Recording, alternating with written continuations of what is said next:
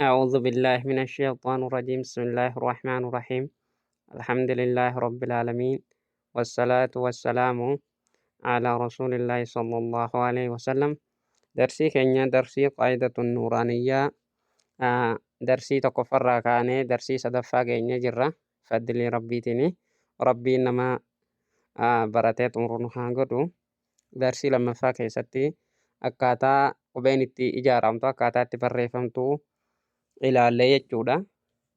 Akkanattis hin barreeffamtii jenne qubeen araba.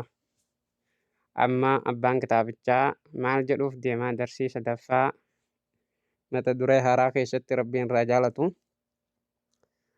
الدرس الثالث الدرس الثالث الحروف المقطعة الحروف المقطعة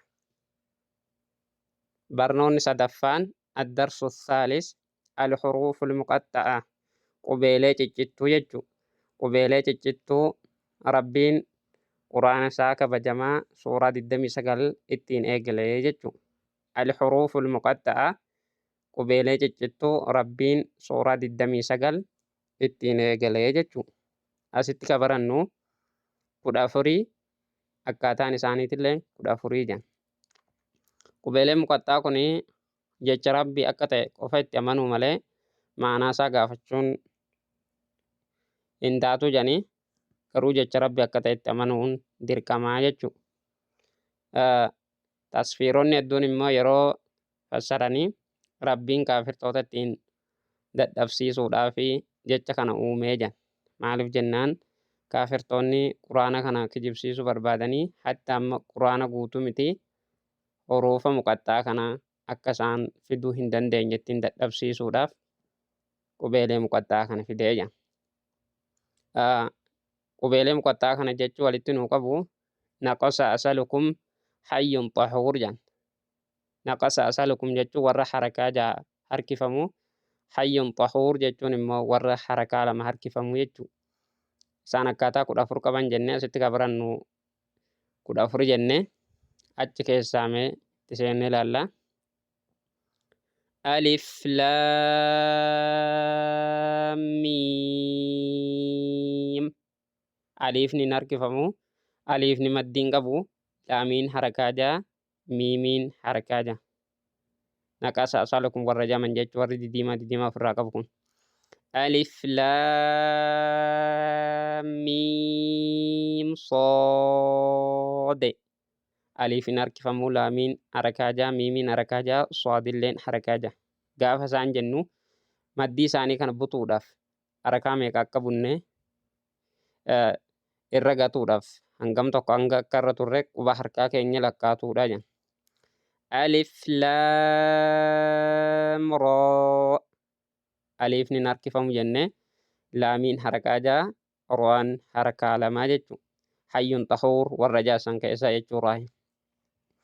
Alif laam miim roo aliifni hin harkifamu laamiin harakaa ja'a miimiin harakaa ja'a ro'aan harakaa lamaa jechuu akkasani warri harakaa ja'a harkifaman 8 warri harakaa lama harkifaman 5 aliifni hin harkifamu waan ta'eef ja'a walitti 14 jechuu.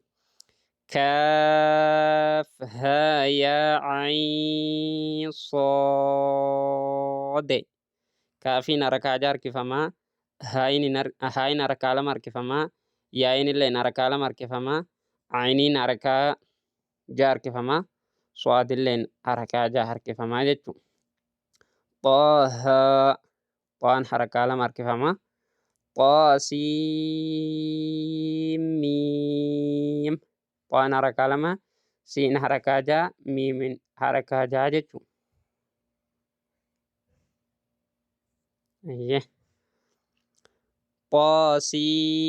Xaasiin xaan harakaa lama harkifamaa siiniin harakaa ja'a harkifamaa jechuu. Yaasiin yaan harakaa lama siin harakaa ja'a harkifamaa jechuu. Soode soadilleen harakaa ja'a harkifama. Haamiim haan harakaa lama miim harakaa ja'a harkifamaa jechuu. حاميم عين سين قاف asitti akkaataa lama qara'uu dandeenya. Yoo amma fakkeenyaaf haamiim jennee hafuurri kan addaan nu citu tahe yoo walitti dabarsuu hin dandeenye jechuudha. Haamiim jennee adda kunnee ayin siin qoof akkanatti qara'uu dandeenya jechuudha. Yoo ammoo dandeenye walitti dabarsuu dandeenye yeroo tokko حاميم عين سين قاف akkanatti qaraana jechuudha.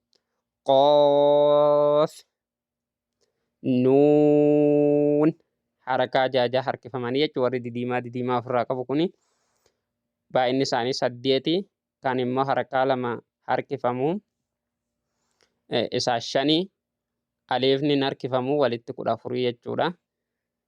Kana fakkaataa darsiin sadaffaanii inshaallah hanga darsii arfaffaa walitti deebinu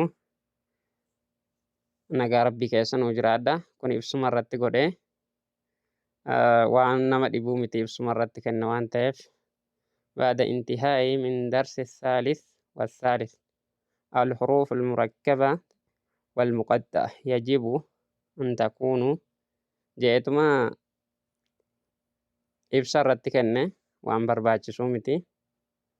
Isuma olii qabaddaadha siniin jenna inshaallah. Akkasanii darsii arfaffaadhaan hanga walitti deebinu nagaa rabbii keessa nuu jiraadha. Assalaamu alaikum warahmatullahi wabarakatuh.